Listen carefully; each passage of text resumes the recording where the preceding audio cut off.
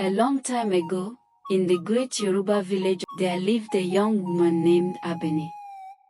She was as beautiful as the rising sun, with smooth, dark skin and eyes that sparkled like fresh palm wine under the moonlight.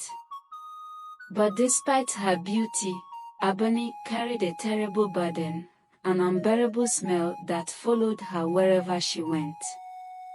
No matter how much she bathed in the river, no matter how many leaves or herbs she used, the smell refused to leave her body. The villagers whispered about her misfortune, and many avoided her.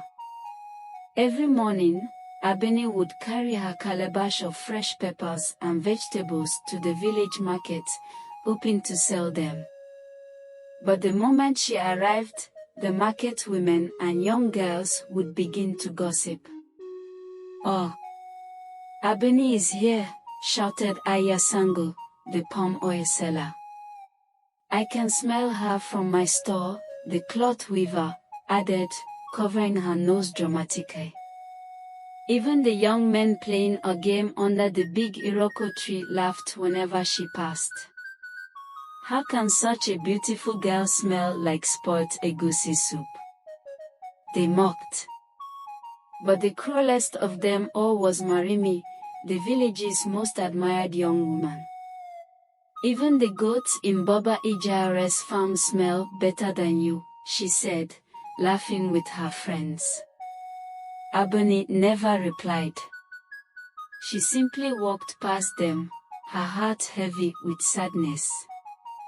At home, her mother, Aya Abeni, saw the pain in her daughter's eyes. "My child," she said gently one evening, as they sat on a woven mat outside their hut. "We have tried every remedy, but the smell will not leave. Maybe the gods are punishing us for something." "But why, Mama?" Abeni asked, tears rolling down her cheeks. "What have I done to deserve this?" Her mother sighed. She had no answer.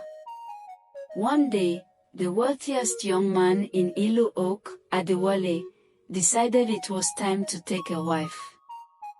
He was tall, handsome, and known for his wisdom. As he looked around the village, his eyes landed on Abeni.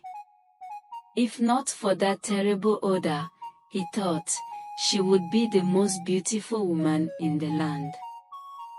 So, to everyone's surprise, Adewale walked to Abeni's home and knocked on her door. "Abeni," he said with a confident smile, "I have come to ask for your hand in marriage." Abeni and her mother stared at him in disbelief. "Me?" she asked, unable to hide her shock. "Yes," Adewale said. "But on one condition, you must find a way to get rid of that smell before our wedding." His words stung like a scorpion's bite. Abeni looked at her mother, hoping for support. "Love should be enough, my son," Aya Abeni said gently. Adewale shook his head.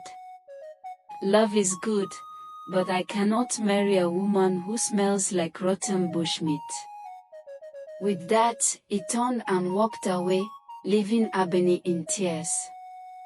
Determined to break free from her suffering, Abeni and her mother decided to visit the Baba, the village's most powerful diviner.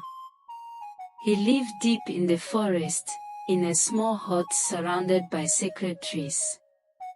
As they entered his shrine, the old man studied Abeni carefully, his eyes filled with deep thought. He murmured, stroking his long white beard. "This smell is not a curse, it is a hidden blessing." "A blessing?" Abeni and her mother asked at once. "Yes," Baba said. "Many years ago, your great-grandmother offended Umoja, the river goddess. In anger, she placed a test on her descendants. Only the one who endures this suffering with patience will be rewarded. Abeni's heart pounded. What must I do? If you wish to be free, you must go to the sacred Oon river on the night of the full moon. You must bathe in the water and chant the ancient words I will give you, Baba instructed. Abeni nodded firmly. She was ready. When the night of the full moon arrived, Abeni followed the Baba's instructions. She walked to the sacred river, her heart filled with hope and fear.